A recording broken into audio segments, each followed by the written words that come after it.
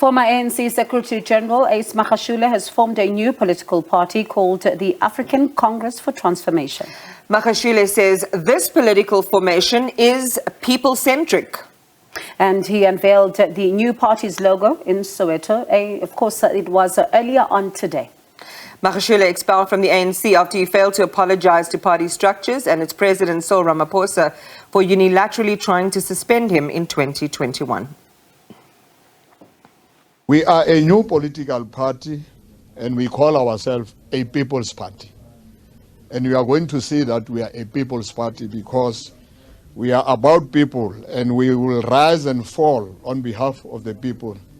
We have engaged and will continue to engage traditional workers, traditional leaders, traditional healers, workers, the unemployed, church leaders, teachers, professionals, lawyers, municipal workers, academics, public servants who are afraid that if they join, they will be expelled from work. But we have said they have a right to associate with political parties. That's what we have fought for. We want to acknowledge we have engaged freedom fighters, ex-combatants of our movement. And here in this street, I'm from one house of one of the veterans of our movement who left the country in 1975, who comes from the Free State, Windbeck. I'll give you his name. I have just gone to him and he has said, you have done a good thing. He's one of the combatants who fought during the struggle in Angola. Maybe we could even wish him to come here, and I'm sure as the press conference continue, we may actually ask him to come because he's just next door here. So what is our ideology? Number one, we uphold African nationalism as our foundation pillar.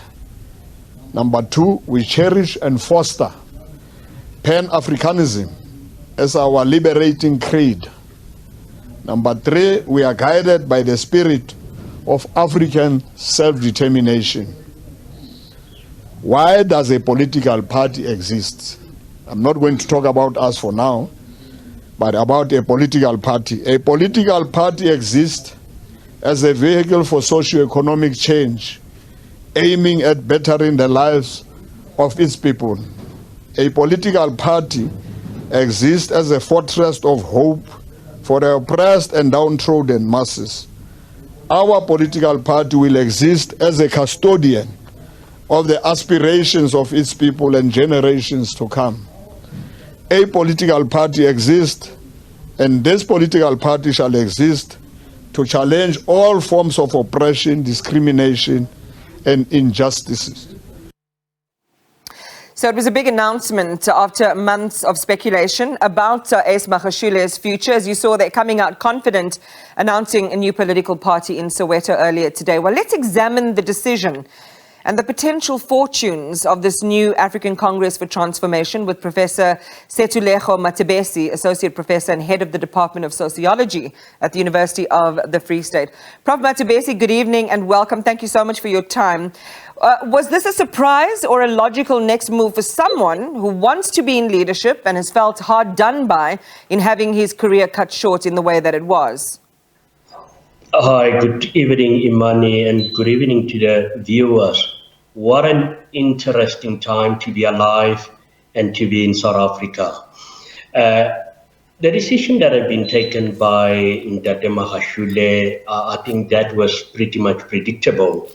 A couple of months ago, I predicted that it will be almost like a political suicide if he was to join the economic freedom fighters for obvious reasons for what he stood while he was still a leader of the African National Congress. But there are several questions about this newly formed party, but I don't think many people predicted that perhaps he will take this decision, perhaps join another party other than the EFF. And here we are today. Very interesting. Yeah, interesting time, as you say. Would you define it as a response to his detractors or a genuine political commitment?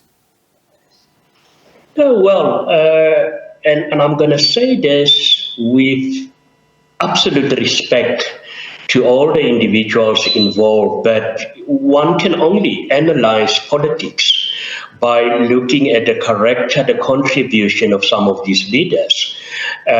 For those who were members of the African National Congress, for those who were citizens of the province, the Free State, they've got an idea about the leadership style of Ace Magashule, and here he is today.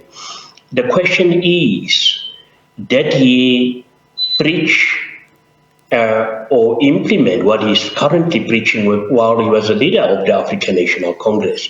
And what will make that huge shift from what he represented while being a key leader of the African National Congress and now as a leader of a new political parties? I think those are some of the questions that will take center stage in the minds of many South Africans. And by the way, I know there are many definitions of political parties, but for me, political parties are the institutionalized mediators between civil society and politics out there. So they need to advance the interest of citizens, of their members, and of the citizens of this country.